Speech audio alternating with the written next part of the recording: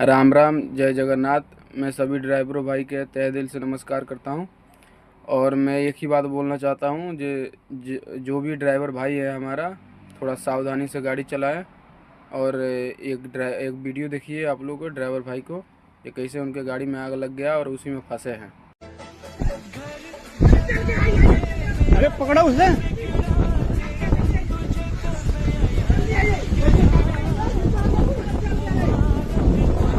चल जाएगा, जिंदा चल जाएगा।